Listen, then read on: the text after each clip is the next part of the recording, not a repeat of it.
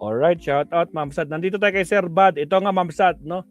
Mayroon pong nilabas ang Supreme Court kanina mga kakabsat. Nakita nyo na ba yon? Supreme Court, gumagalaw na naman mga kabsat. Alam na kasi nilang dediretso yan sa Senado. Ngayon, binalaan sila. Binalaan niya ang Senado. Naku po, tungkol sa fourth tweet. Di ba, pag sinabing fourth tweet, agad-agad, di ba mga kabsat? Anong nangyari? Sige, pakinggan natin si Sir Bad. Sir Bad, pasok. Duterte's appointees sa Supreme Court gumagalaw na para harangin ang impeachment trial. Really? Fourth tweet, agad-agad. Diyos ko po, Rudy. O sige, bilisan natin ito para matapos. Buenas noches, damas y caballeros. Habang mabilis nang umuusad ang impeachment process sa House of Representatives, very suspicious ang timing ng paglabas nitong Supreme Court decision approved by mostly appointees of former President Rodrigo Roa Duterte. At ngayon clarify nila na ang fourth tweet daw isang issue na napasira kay Senate President Chis Escudero. Narangan pa tayo. Again, sa mga bagong pasok, huwag kalimutan mag-like. Fourth tweet, guys. Like po tayo. Maraming salamat.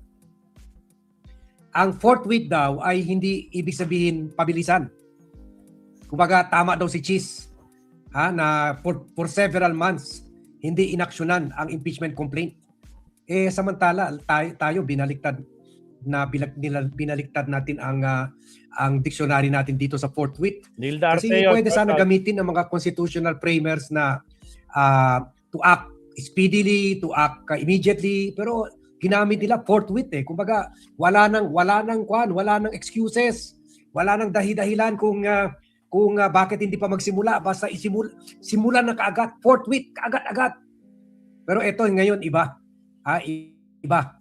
At for sure gagamitin ito ng kampo ni Sara, lalo na mga senador. Lalo na yung mga senator, Kasi sinabi na ni Tito Soto sa kanya ang fourth tweet ay fourth tweet talaga.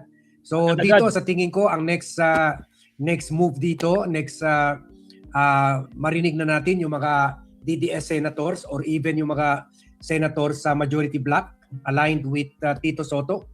Pero tulad mga Villar sa loob, mga kwan pa rin, supporter pa rin nila Sara Duterte. Sila Sherwin Gatchalian, nasa majority yan, sila Pia Cayetano.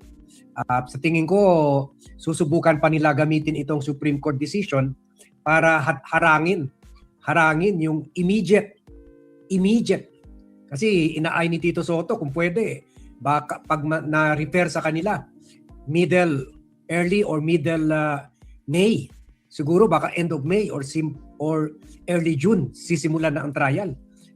Pero because of this decision ng Supreme Court, baka abot pa ng buwan-buwan. Abot pa ng buwan-buwan. So pakinggan nyo itong decision ng Supreme Court. Clarify yung Supreme Court sa decision na nilabas today that yung sinasabi daw sa Constitution forthwith proceed in an impeachment trial, does that mean na parang bullet train na tumatakbo yung impeachment. Ang ibig sabihin nila dito daw, ang forthwith, reasonable time. Kumbaga, sige, kung sa tingin mo panahon, pero kung sa tingin mo, kung gusto mo bilisan mo, kung gusto mo bagalan mo. Kumbaga, chill ka lang. Paano na yan? Justice delayed is justice denied. In a decision penned by Associate Justice Rodil Zalameda, dinismiss ng Supreme Court yung petition for mandamus filed by itong si Attorney Catalino Aldea Generillo Jr.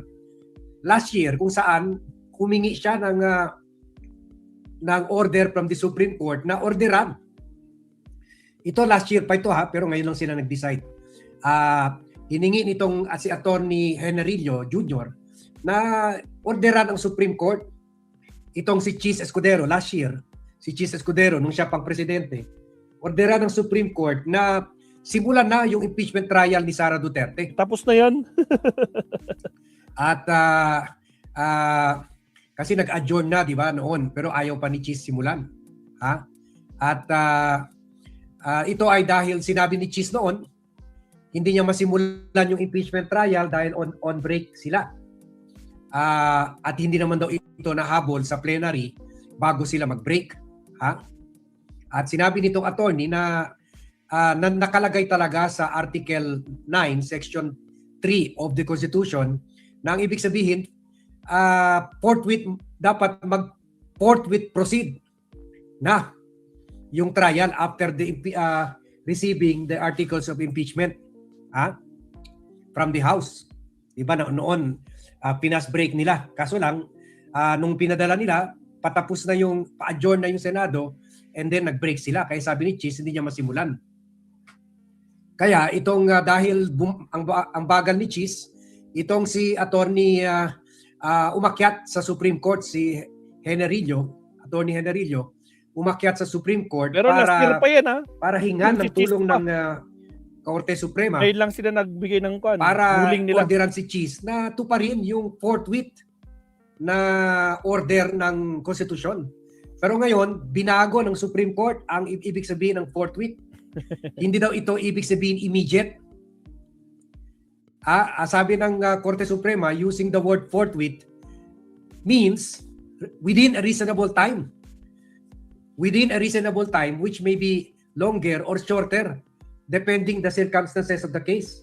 So sa kanila, sa bagong definition nila ngayon, na hindi naman tayo lawyer, pero parang katangahan ito, pambabastusan naman sa Supreme Court, sa Constitution, within reasonable time. Kumbaga, kung kailan sa tingin mo ready ka na, kung for example, kung adjourn pa yung Senado, wag mo muna simulan, or kaya feeling mo lang, ayaw mo pang simulan, tulad kay Cheese, at tripping mo lang, ayaw mo lang simulan, wag mo simulan.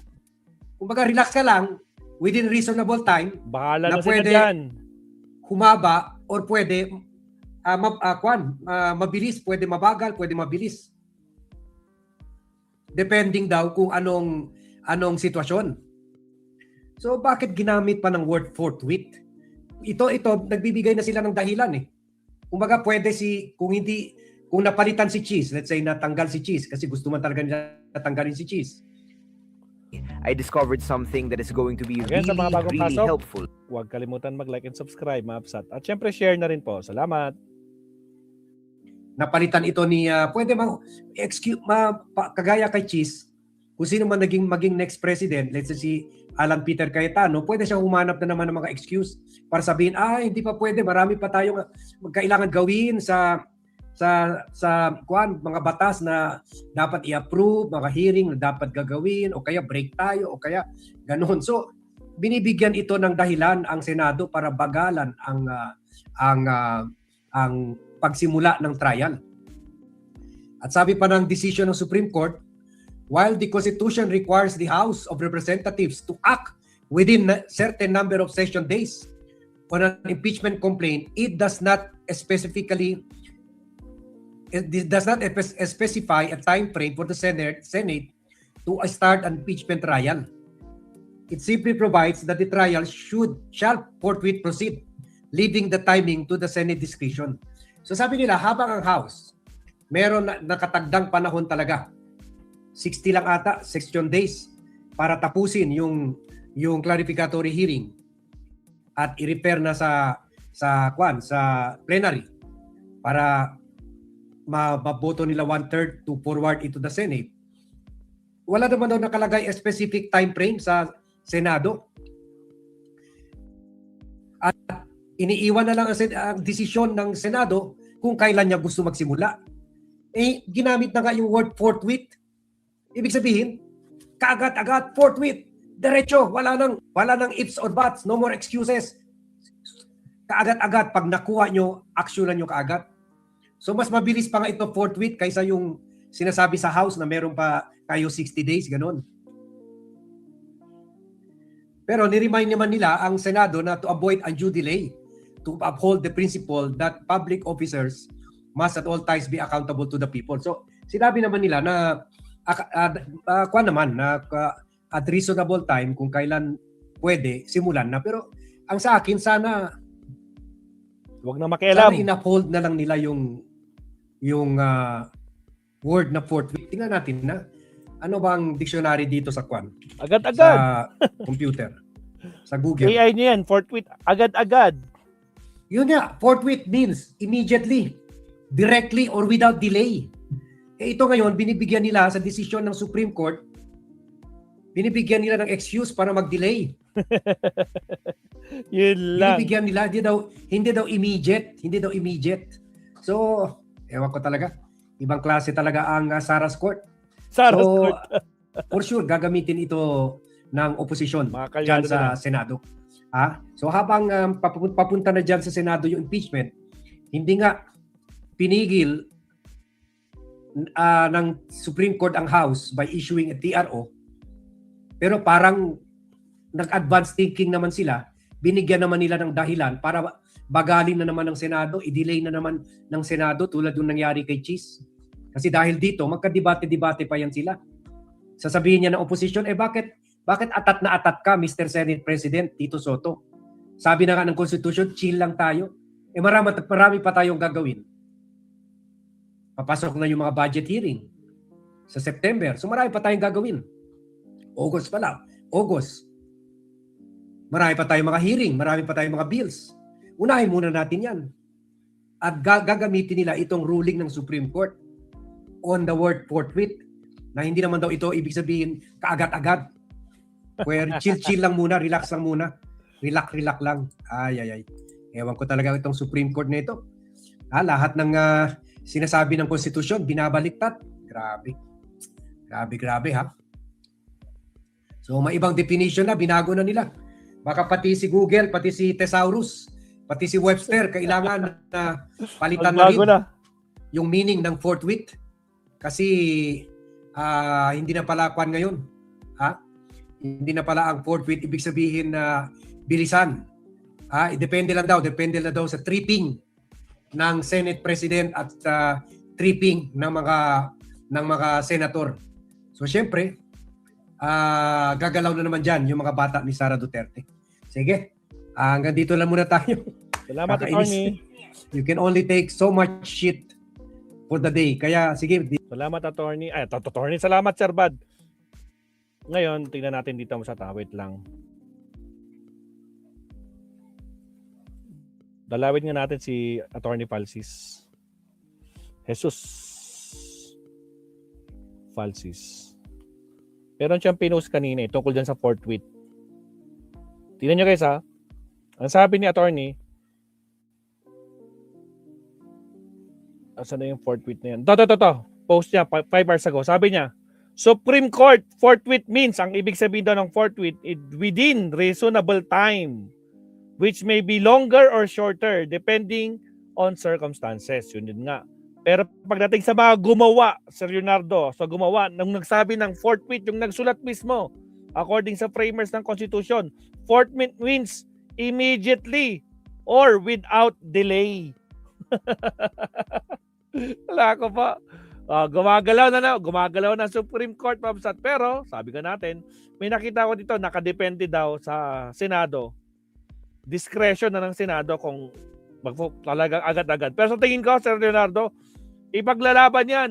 Forthwith ngayon, di ba? Without any delay. Immediately.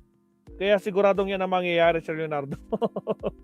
Actually, talaga natatawa ako dito sa kanak. Ibang klase talaga itong mga no? Gumagalaw ng Supreme Court, Mabsat, no? Pero anyway, wala namang problema. At least hindi naman sinabing technicalities. So, parang sinabi lang sila, ang forthwith, meaning reasonable time. Ay, matagal na! Last year pa! Matagal nang hinihintay ng taong bayan ang bloodbath na sinasabi ni Lustay. Diyos ko Lord. Okay, next topic tayo. Diyos ko Lord, Rudy. Countdown muna tayo. Shout out Allen Valencia, Sir Leonardo Ansag, at saka sa lahat naman nandito mula pa kanina. Salamat po.